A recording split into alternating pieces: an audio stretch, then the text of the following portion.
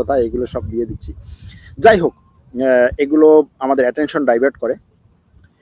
তো ইরান তার দিক থেকে এই জিনিসগুলোকে বিজয় বলছে। এখন এটাকে ইরান যত বেশি বিজয় বলবে ইসরায়েলের, তত বেশি জ্বালা পোড়া হবে। কারণ এই যুদ্ধের শুরু থেকে আমরা যেটা দেখেছি সেটা হচ্ছে যে ইসরায়েল এবং ইরান যে মনস্তাত্ত্বিক যুদ্ধ করছে, সেখানে একে আরেকজনের উপরে হচ্ছে সুপিরিয়রিটি দেখানোর চেষ্টা করে তারা, যে তুমি এটা করতেছো আমি কিন্তু ওটা করব, তুমি এটা করতেছো আমি কিন্তু ওটা করবো। তো সেখানে যাকে হচ্ছে যুদ্ধ করে একেবারে শেষ করে দিব, সে যখন বিজয়ের কথা বলবে, বারবার বিজয়ের কথা বলবে, সেটা নিয়ে সে যখন হচ্ছে রাস্তায় নামবে, সিম্বলিক কিছু দেখাবে, তখন ওর জ্বালা ধরবে। এবং এটাই তারা করার চেষ্টা করছে এখন, এটাই এখন তারা করার চেষ্টা করছে। তো এই দিক থেকে ইরান এই সাইকোলজিক্যাল ওয়ারফেয়ারে এখন বলা যায় এগিয়ে আছে। এরপরে ইসরায়েলের, আমেরিকার, আরও বিভিন্ন দেশের যে সমস্ত গোয়েন্দা সংস্থা, স্যাটেলাইট চিত্র, যেসব তথ্য আসছে যে তাদের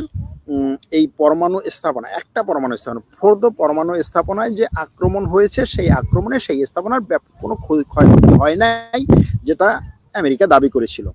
ইরান পরবর্তীতে বলছে যে হ্যাঁ আমাদের অনেক ক্ষয়ক্ষতি, এটা হচ্ছে এক টাইপের সাপোর্ট আর কি, যে ঠিক আছে বলছে যেহেতু ক্ষয়ক্ষতির কথা, এক টাইপের সাপোর্ট।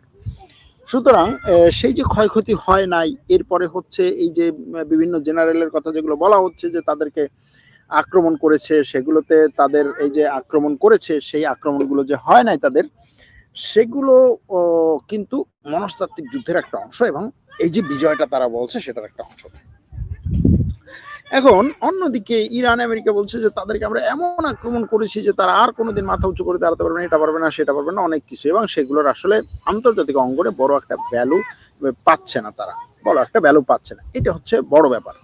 তো এই ভ্যালু না পাওয়া, যেমন অনেক সময় হয় কি যে আপনি যুদ্ধ শেষ করলেন, অনেক বিজয় হলো, কিন্তু আপনি আসলে ভ্যালু পাচ্ছেন না। যেমন ধরুন পাকিস্তান ভারত যুদ্ধে, ভারত অনেক কিছু শেষের দিকে বলছে পাকিস্তানের এতগুলো যুদ্ধ বিমান আমরা নামিয়েছি, এটা করেছি সেটা করেছি, কিন্তু আন্তর্জাতিকভাবে এবং দেশের মধ্যে দেশের বাইরে পাকিস্তান এমন ভাবে ওটাকে সে এই ব্যাপক পরিমাণে তার পিআর, পাবলিক রিলেশনস কাজটা করেছে, তার অ্যাডভার্টাইজমেন্ট করেছে, যে ওই যুদ্ধে শেষ পর্যন্ত যদি ভারত জিতেও তারপরে আসলে তার কোনো ভ্যালু থাকবে না। সেই দিক থেকে এটা আসলে ইসরায়েলের জন্য বড় একটা ধাক্কা। এই জন্য ইসরায়েল বারবার বলছে আমি আবারও আক্রমণ করব।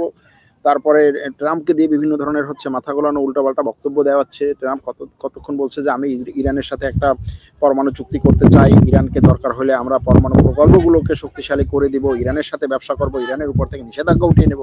যেই ট্রাম্প ইরানের উপরে নতুন করে নিষেধাজ্ঞা বসিয়েছিল বিনা কারণে, সেই ট্রাম্প ইরানের উপর থেকে নিষেধাজ্ঞা উঠিয়ে নেবে, পরমাণু প্রকল্পের সাপোর্ট দিবে, অমুক করবে, সমুক করবে, এই ধরনের কথাবার্তা। আবার বলে হচ্ছে ইরানকে সমীহ করে না, ইরান আমার বিরুদ্ধে উল্টাপাল্টা কথা বলে, আমি ইরানকে সাইজ করব। তো এই যে ট্রাম্পের বক্তব্য, এই বক্তব্য আসলে তাদের যে এই যুদ্ধের ফলাফল, সেটার ক্ষেত্রে তারা স্থির না, তারা যেটা বলছে সেটা তারা নিজেরাই বিশ্বাস করে না, এরকম একটা অবস্থা।